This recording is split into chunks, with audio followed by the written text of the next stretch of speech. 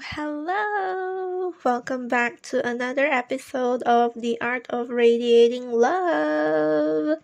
So, welcome to episode 15, where I talk about the victim mentality and how to overcome it. But as usual, before we start talking about victim mentality, what is it, how to overcome it, how to identify whether if a person has it, how to know if you have it or not. Before we dive deep into the podcast topic itself, let's just talk about my life updates. Alright, so update. So, an update on my first ever solo travel trip. We are finally in the month of August, so this is my first episode for this month, August, and I'm just loving August so far. It's already August 7th. It feels like it has been so long since the last time we've seen in August, and then I feel like this month has been passing really fast just because I have been really occupied every day actually. And then the days just flew by really quickly. Right, but I'm not complaining. It has been a wonderful August so far, so happy August. And yeah, so like I said, this month, in this year, it's going to be my first ever solo traveling, first time ever solo traveling, and I feel like I'm ready to fly, though I haven't packed anything yet. Actually, there are still 14 days more until my first ever solo trip. Honestly, I'm not gonna lie, I'm really scared, but really excited. So, I do have this belief that if one is scared of something, and at the same time, if you're really excited for it, I feel like that is a sign showing that I'm exactly where I need to be, and that's enough of a reason for me to do it, because I'm excited. If I'm excited, it means that this trip means a lot to me, and if I'm scared, it just means that I'm not in my comfort zone, it's like a chance for me to get out of my comfort zone, and that has been something that I have been really wanting to do, and this is the perfect chance of doing it. I figured that if I can solo travel on my own, I can pretty much do anything. So yeah, I feel like I'm ready to fly, though I haven't packed, but I will pretty soon, probably next week or so. And then I have been thinking of taking a whole week off, of giving myself the flexibility of working what and when I want to. So here's the thing, although I do have my off days, just like anyone in the workforce would. Anyone who works do have their own off days, but because when I'm off, I do have things that I have to do on that day, like the things that I have arranged to do, things that I promised myself that I would be doing. So, because of that, I haven't been able to give myself the flexibility to choose what do I want to do on a certain time. Like most of the time, I pretty much have my entire day planned out, and it has been such a long time since the last time I spent a day without any plans. Honestly, the idea of not having plans, it feels like a waste of a day. I mean, it is a good habit to have when you plan out what do you want to do with your day. Like, for example, if you have certain goals, so you plan your day accordingly to make sure that, oh, today I have did something that gets me closer towards my goals. That is a really good habit to have, and I do encourage you to have that kind of habit. But honestly, if you do that for 365 days in a year, it is doable. It is doable if you make it too, but that's no way to live, you know. You should give yourself some flexibility once in a while, and I haven't been giving myself that, mostly because I tie a lot of my worth to my productivity. So I have been thinking of giving myself a week of flexibility where I don't plan and then make myself obligated to do that certain thing on that day. So the thing is, my solo trip is coming soon, and for that entire week I'm not going to do any kind of work, nothing like that. No school, no work, not gonna work on any kind of thing. The week before that travel, I have been thinking if I should take the week before the travel week to take an off week, just so that I would give myself some flexibility to like prepare for my travels and such, and let myself work when I want to. You know, I work from home, but my entire day has been planned and packed to the hilt, so I should give myself that, you know? Yeah, so I have been thinking of doing that. And then other than that, I want to schedule like a solo date just to prepare myself before going on the solo trip so that I wouldn't feel overwhelmed, you know, because it has been a while since I last gave myself a solo date. Yeah, I should do that before the solo travel so it doesn't get overwhelming. And then other than that, as usual, I have been reading. I have been reading a lot, though I have been reading, but I haven't been finishing what I've started to read. Honestly, my reading schedule is all over the place. I have been reading everything anytime. I think I'm reading like 6 books, five to 6 books. Yeah, I think I have been reading 5 to 6 books back to back, and I haven't finished everything. Most of them are non-fiction because normally when I read, I pick up books that I'm really interested in reading at that time and what gets me curious and what I need at that time. Let's say, for example, I like creativity and I feel like boosting my creativity, I would pick up a book about creativity.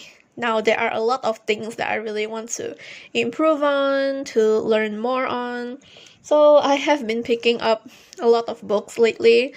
Not sure if it's good to jump between 5 to 6 books. It does get overwhelming at times, and you feel the pressure to finish a certain book, but that's why reading fiction is important. Like, you don't just read for the sake of getting knowledge, you know? You should read for pleasure as well. So that's why I'm actually also reading a fiction right now. So that's pretty interesting. I'll talk about the fiction book that I'm reading later when I talk about what I'm going to read. Okay, and then recently I have been doing a lot of time blocking in the things that I'm doing. You know, normally I don't time block, but now I have to, just so that I can get everything done and to make sure I'm being efficient on that day. Yeah, and then I'm also working on big things that I don't know if I want to talk about it yet.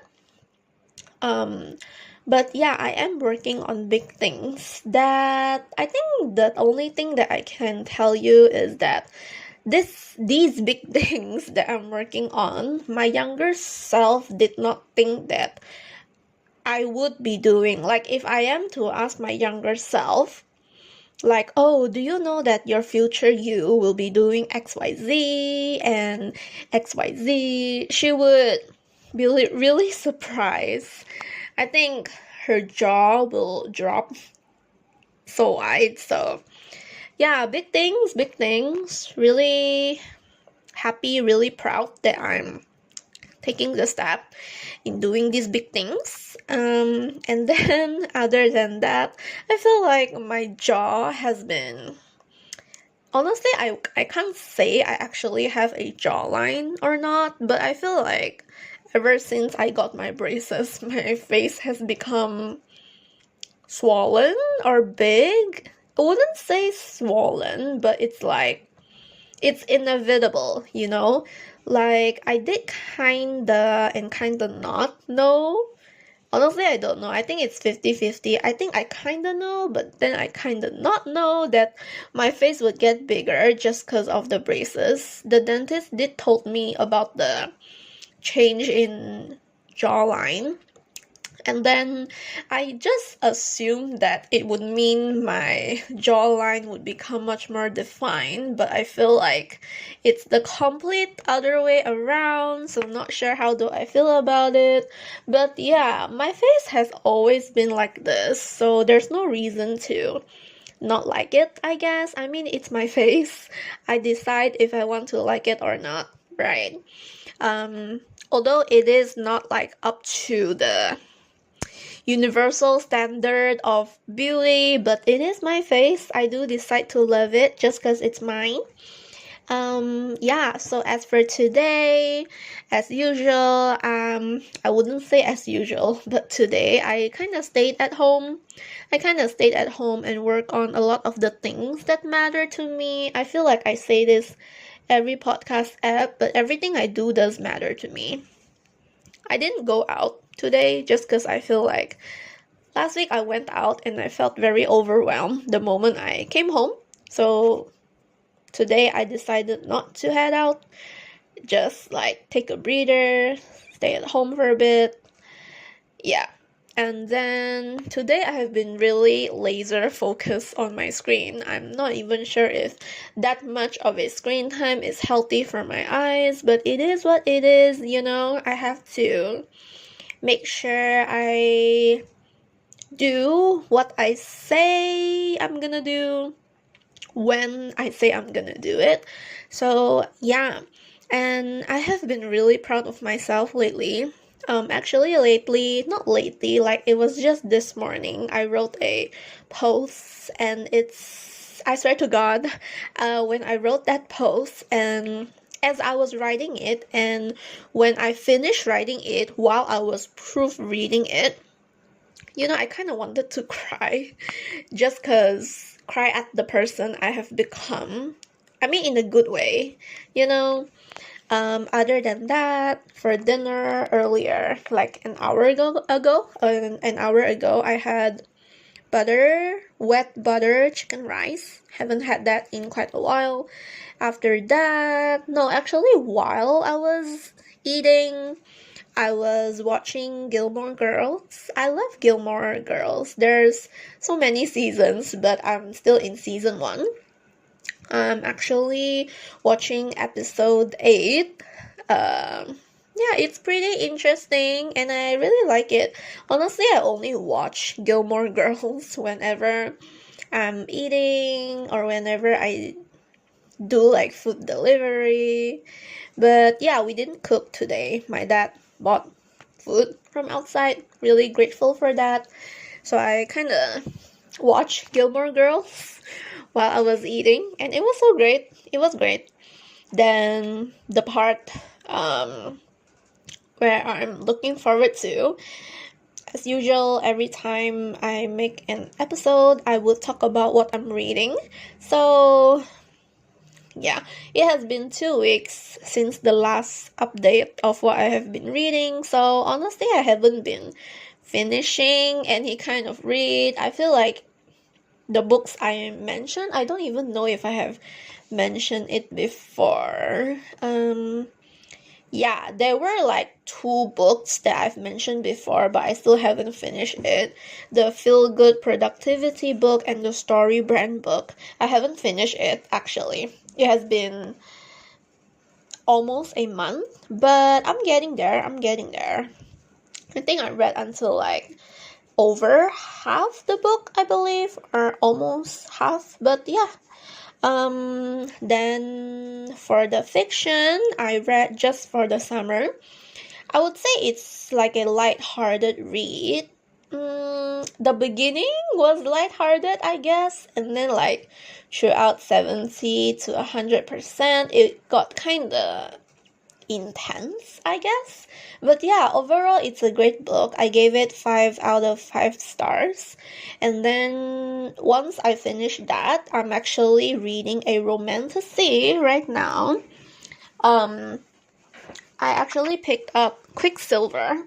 So apparently I'm always on the hunt for the next Fourth Wing, and then I kind of heard that Quicksilver is the next Fourth Wing, and the moment I heard, oh, this is the next Fourth Wing, my ears just kind of perked up, uh, yeah, so of course I would read any kind of the next Fourth Wing.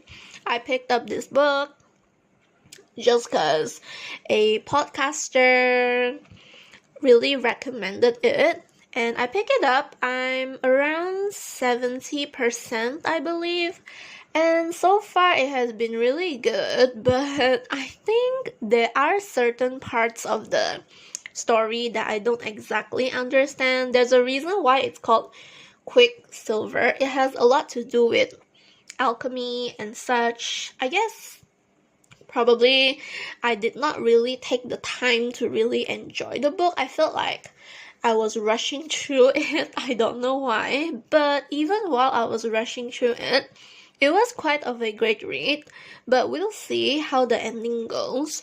And then I think I did mention this, but every month, no, actually last year, I promised myself that in 2024, I'm going to read a self-development book every month for every area of my life that I want to improve on, and this month I picked out limiting beliefs. I'm actually working on my limiting beliefs this month, and it's only August 7th, and I'm like 60% into the book. I'm actually reading The Unlimited Self. The book is called The Unlimited Self, Destroy Limiting Beliefs, Uncover Inner Greatness, and Live the Good Life.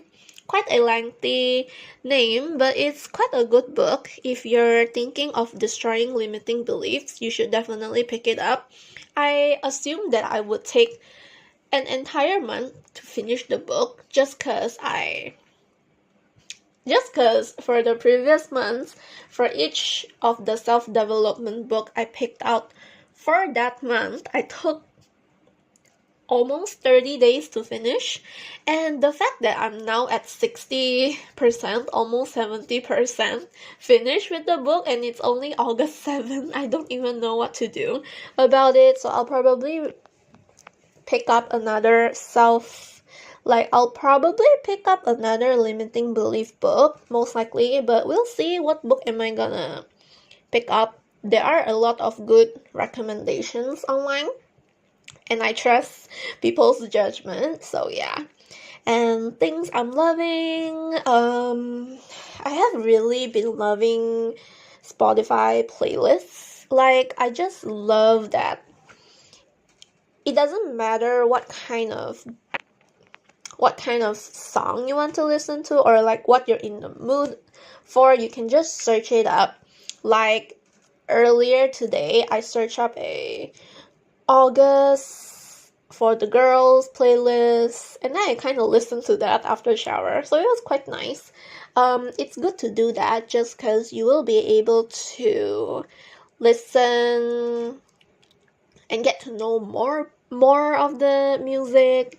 So yeah, it's nice. So what I'm listening right now, I have been really into this, what is it called? I think the playlist is called, it's actually Throne of Glass inspired. Now, I don't know if I have mentioned this, I don't exactly remember, but I love the Throne of Glass series. It's actually a romantasy series by Sarah J. Maas. Yeah, the playlist of this song, it's by a listener. It's called... Oh yeah, the playlist is called If Aileen Galathinius Had a Playlist. It's a playlist by this person called Kenna. You can search it up in Spotify. It's so great. Like, all the songs are really good. I found a lot of new favorite songs from this playlist. It really does give you the Aileen, Ash River, Galatinians vibes. Now, if you did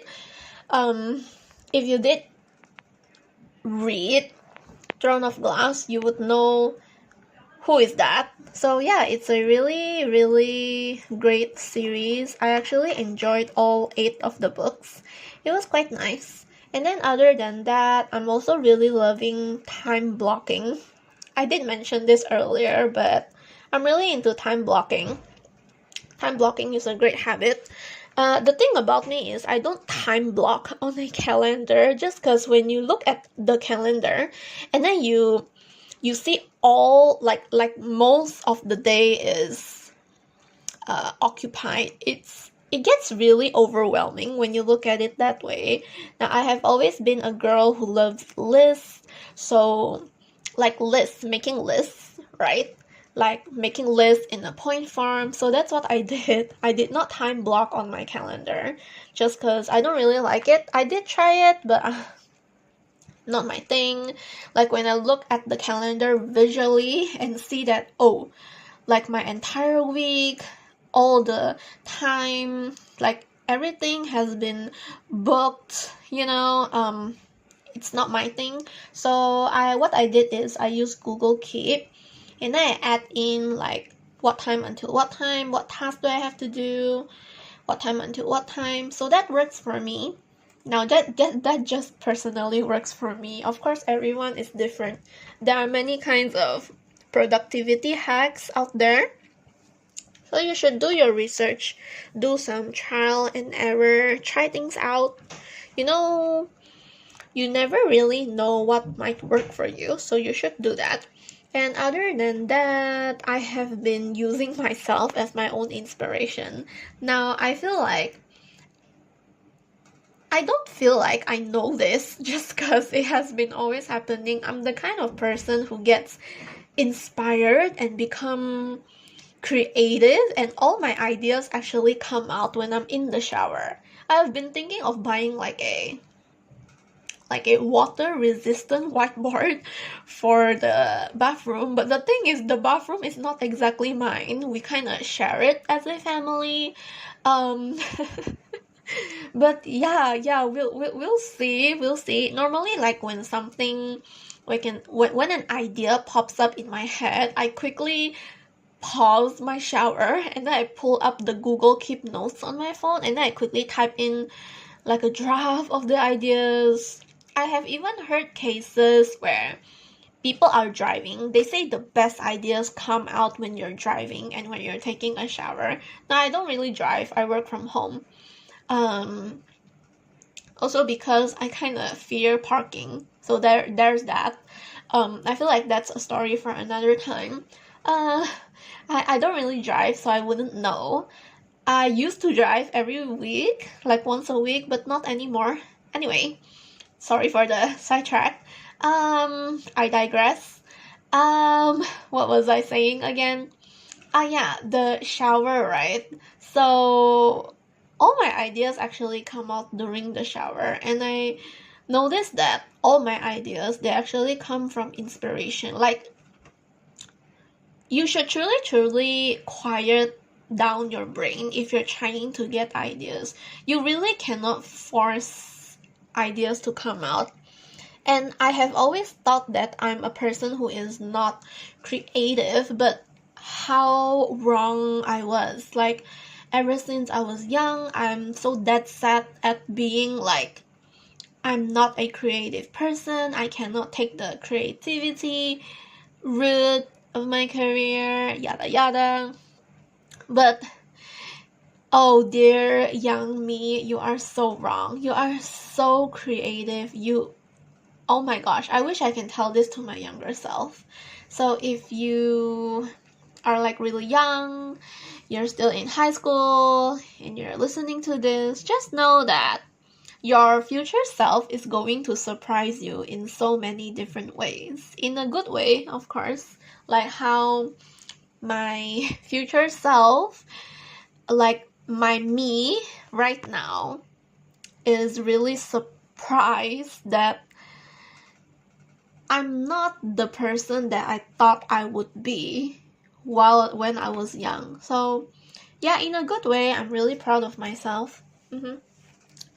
And you should be proud of yourself too. And other than that, I just really love the fact that I'm my own inspiration. And other than that, things I'm loving, I'm also really loving Taylor Swift music. Now, I just love Spotify because you can like all the songs you want from a certain artist. For Taylor Swift, I'm actually looking at my screen right now. I have liked 66 of her songs, and that's insane. I don't think I have liked that many songs from a certain artist. Wait, I think I did. Oh yeah, I did. But it has been quite a while since I feel obsessed of a certain singer, and that just speaks volumes. Other than that, yeah, speaking of Taylor Swift, I have been listening to a lot of new to me songs just because I'm not really, I wouldn't say I'm a Swiftie, but there are a lot of songs that she has written so many years ago. I'm just jumping down the bandwagon right now. Like, a lot of songs are new to me, like I Know Places, what else? Seven, This Is Me Trying, My Tears Ricochet, Exile. Honestly, I did not think that I would be the kind of listener who would like folklore so much, but yeah, I have heard of this album for such a long time already. I just didn't think that it would become like one of my favorite albums from her. Yeah, it's quite interesting to see. What else? Yeah, I really like her new album, by the way. Tortured Poets Department. Like, I have probably like 10 songs from that anthology that I really like. So it's really interesting. And from her album Reputation, new to me songs like Don't Blame Me. Well, honestly, I know this song, I just don't know the name back then. And then like This Morning. Was it This Morning? Yeah, I think it is. I recently found out that I actually like the song This Is Why We Can't Have Nice Things. So yeah, I really like her music. It's just great music. So if you're not a Taylor Swift listener, you should listen to her. I swear you're gonna love her. She writes music like how she writes music like a person who pens stories, you know?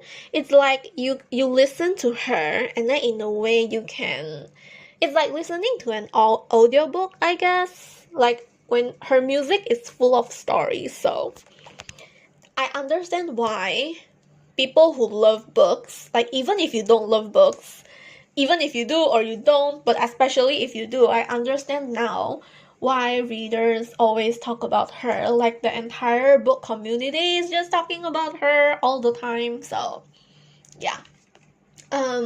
What I'm really grateful for right now, honestly, as I was planning my itinerary, I realized it's so amazing how I can actually fund my entire trip on my own. Like yeah, it's really something to be grateful of when you think about it, and it's really something to be proud of. And I'm really proud of myself for being able to fund my own travel. Yeah, and here's to more travels. So yeah, that's my life update, what I'm grateful for, what I'm up to. It has been a really interesting life, honestly, in 2024. I'm really grateful for this year. Like, no joke, I'm really grateful for this year. I have learned so much. I have done things that I did not think that I would do, but of course in a good way. I've been surprising myself in so many ways, and I've grown so much compared to previous years. I have met some hurdles, setbacks, obstacles, and I overcame all of them. And I know that there are gonna be more things to learn as I go. But right now, I'm really grateful to be in this place in my life, to have this kind of peace. And this kind of peace is something that I chose for myself. And the reason I get to live like this is really because of me. So there's really so much to be grateful for, and I'm just really, really grateful for me being me. So yeah, let's just head on to the podcast chapters. So firstly, back to the topic, right? So we're gonna talk about victim mentality and how to overcome it. So this podcast is gonna be separated into 3 chapters. Firstly, we'll talk about what is victim mentality and how to detect a person with one, and to see if you yourself actually have it. Maybe your loved ones have it and you don't actually know. So we're gonna dissect that, and then we're gonna talk about why do they do this, like why do they have this victim mentality if it's so bad, but why do they have it? All right. Then thirdly, we're gonna talk about ways to overcome this mentality. So let's go. So first things first, what is victim mentality and how do you detect a person who has this kind of mentality? So victim mentality is actually a type of defense mechanism to cope with problems. Now the thing is, people who have this victim mentality, they don't know of a healthier way to cope with their problems. So they use negative coping mechanisms such as this victim mentality to cope with their problems. Now, this victim mentality, why do we have it in the first place? It's because it actually has a lot to do with past trauma, or most likely you got it from the environment that you're conditioned in. Like maybe most likely you got it from your family, friends, people you're always around with. So you know how they always say that. I have been hearing this a lot, and the fact that I am reiterating it just makes it sound so true. So you're actually the average 5 people you spend time with. So the chances are you might have got this mentality from them. Now, I would bet that 80% you did got it, especially around the people you spend almost 24/7 with, the people you grow up with, like from your childhood. Like, because when you're still a child, you spend a lot of time with your family, and then growing up, you have been conditioned to have this victim mentality, you know? So people with victim mentality, right, their mind is always like, oh, it's never my fault. And then they would also project their blame onto others, which is a key part of the victim mentality. So it's like life simply always happened to them. And this, if you see a person who always takes things personally, chances are they have victim mentality. Like almost, I wouldn't say almost, but everyone who has victim mentality always take things personally. Like I said, right?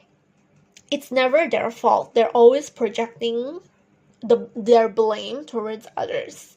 And because of that, they are also very aware of people's bad intentions too. Now, if you are a person who is always aware of people's bad intentions, maybe you're a very pessimistic person, chances are you might have this kind of victim mentality, all right? Or maybe people around you actually has it. Now, maybe you can think about who in your life has this kind of mentality, right?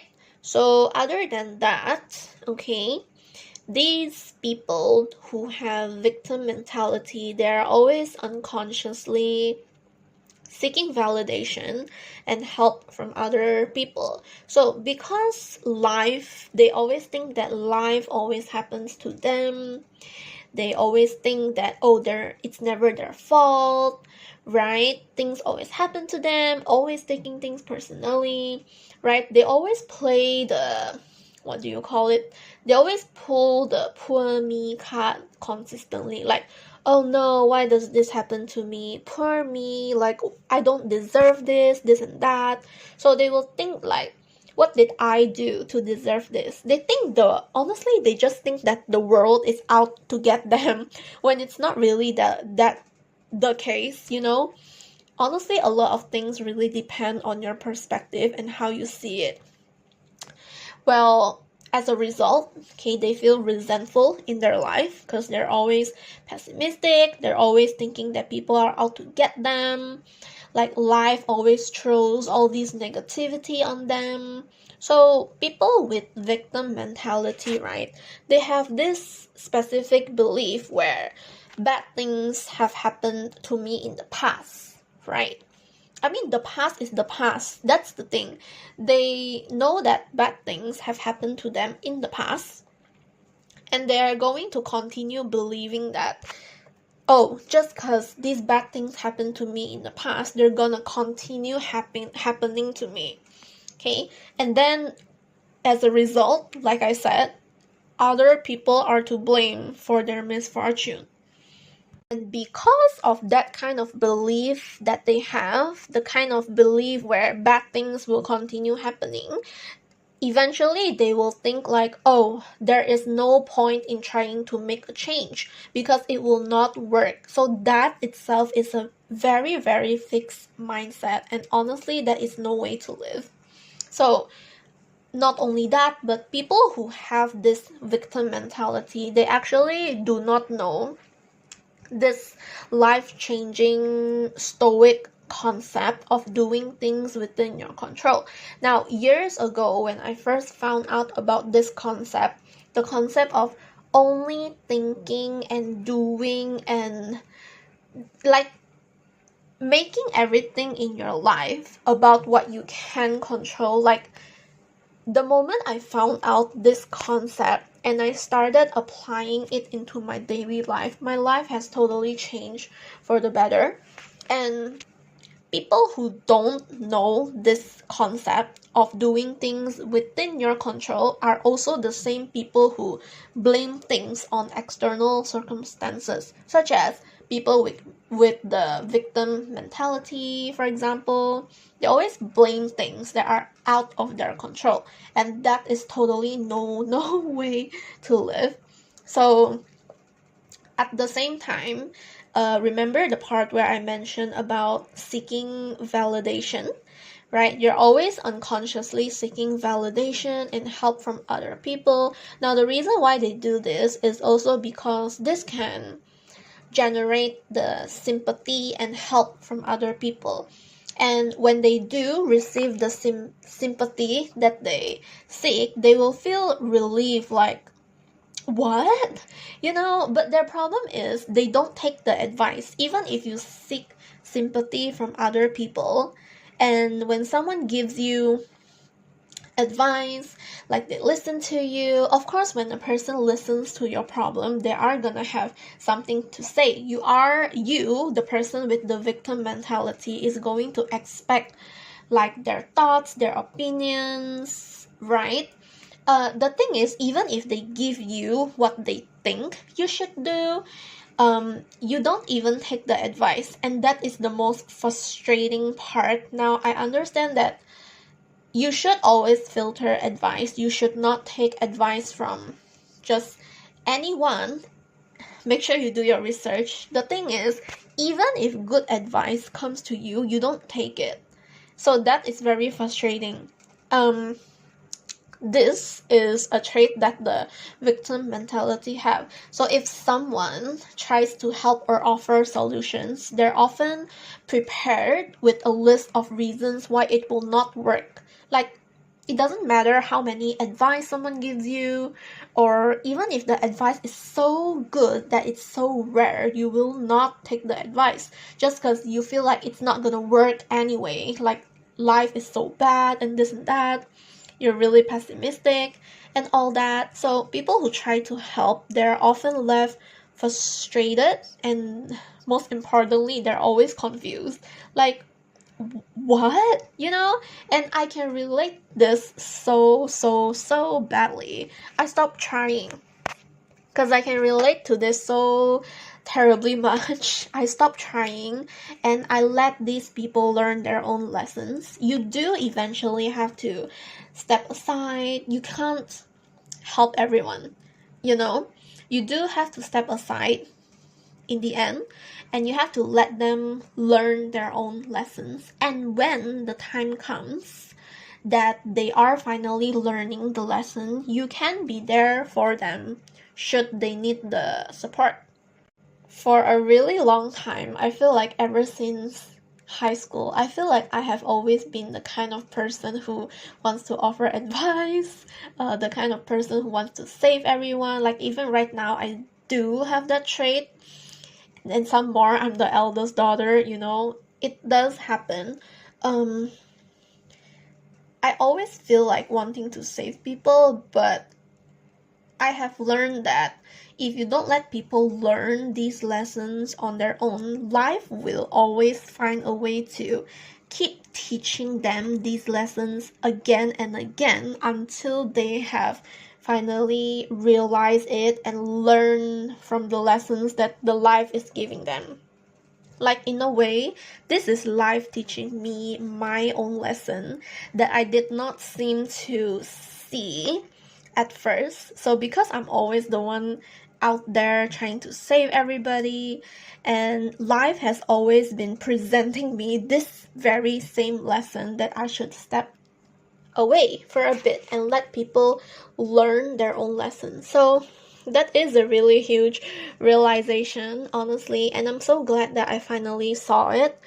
And now that I'm no longer wanting to shoulder everything on my own, no longer wanting to save everybody, I feel like there's no more weight on my shoulders, like the weight has been lifted off my shoulder in such a huge way. Yeah, so that's one thing. And other than that, people with this victim mentality, they are always frequently complaining about the bad things that happen in their lives. So they are always reluctant to take personal responsibility, always asserting that circumstances aren't in their control. Like, even if you feel like a situation is not within your control, it is true. Many things are out of your control, but there are things that you can do, and there are always things that are within your control. And these people, they have little or no sense of responsibility in their lives because life just happens to them. And this is really no way to live. And you don't want to be the kind of person who is cynical. Now, let's move on to the next part of the podcast chapter. So, the main question is, why do they do this? Like, if it's so bad, why are they doing it? The thing is, they are aware, they are conscious that they are doing this all right. It's just that they don't want to take accountability. And being accountable for your life means that you're always in the driver's seat, in which you should be. But the fact that you have to be in the driver's seat, at the same time you have to take the responsibility, right?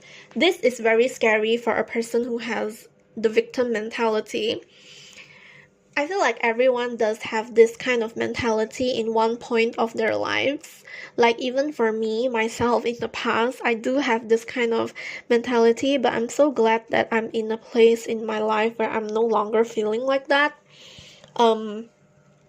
Other than that, why do they do this, right? And most likely they want secondary gain. So like remember earlier I mentioned the sympathy, like you get sympathy from people, you get attention, you get access to these kind of gains, resources, but especially attention, these are all external things, and always seeking external things is truly, I think I have said this a lot, but it's really no way to live. The thing is, people love attention, and they're going to do whatever it takes to get it, even though it's true an unhealthy way of getting it. And another thing why they do this is because they want to avoid taking risks, because when you project blame onto other, it's a key part of the victim mentality. So it's a way to avoid being truly vulnerable and taking risks. Being vulnerable is scary. Even if you don't have this victim mentality, being vulnerable, especially the first few times you're doing it, it's so scary. Taking risks, doing something about your problem, that's totally out of a victim mentality's comfort zone. And nobody likes being outside of their comfort zone, not even me. Okay, but you should once in a while be outside of your comfort zone, because that's the only way to grow.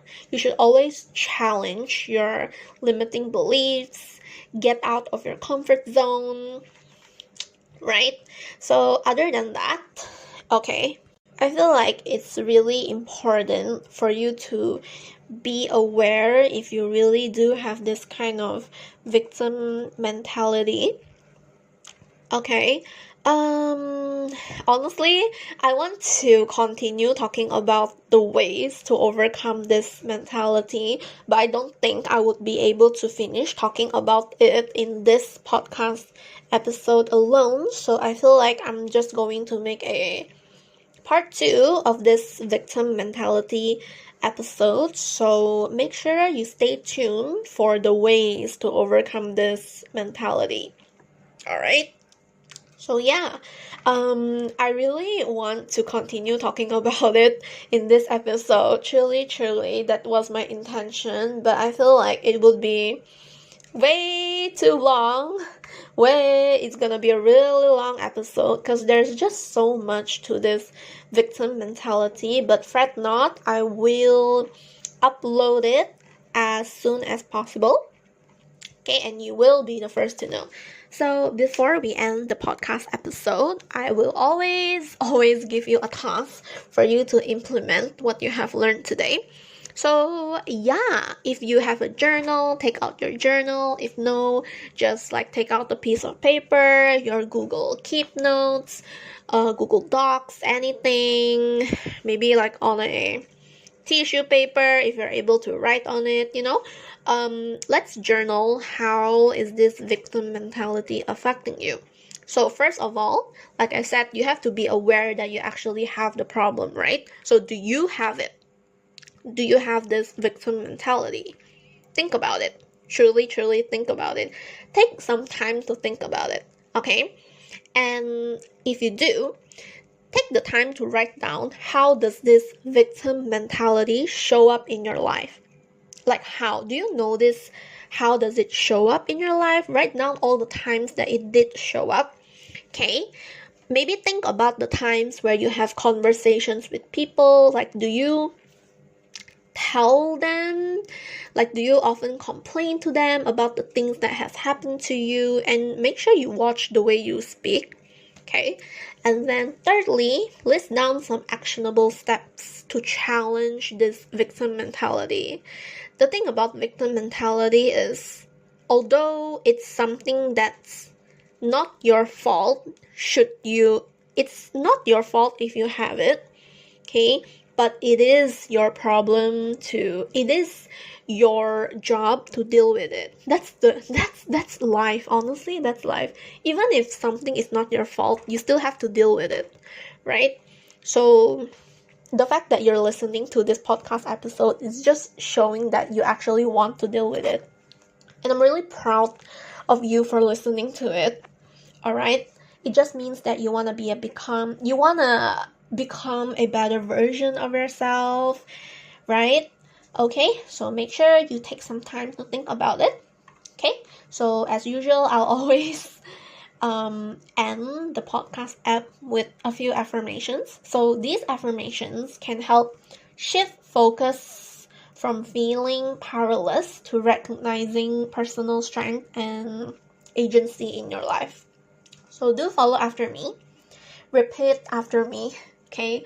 Just to really feel the affirmations and to really believe it as you say it.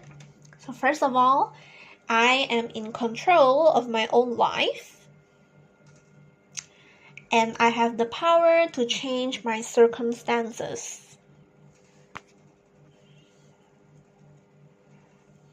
Okay, you're doing good. So next one, I choose to focus on my strengths and opportunities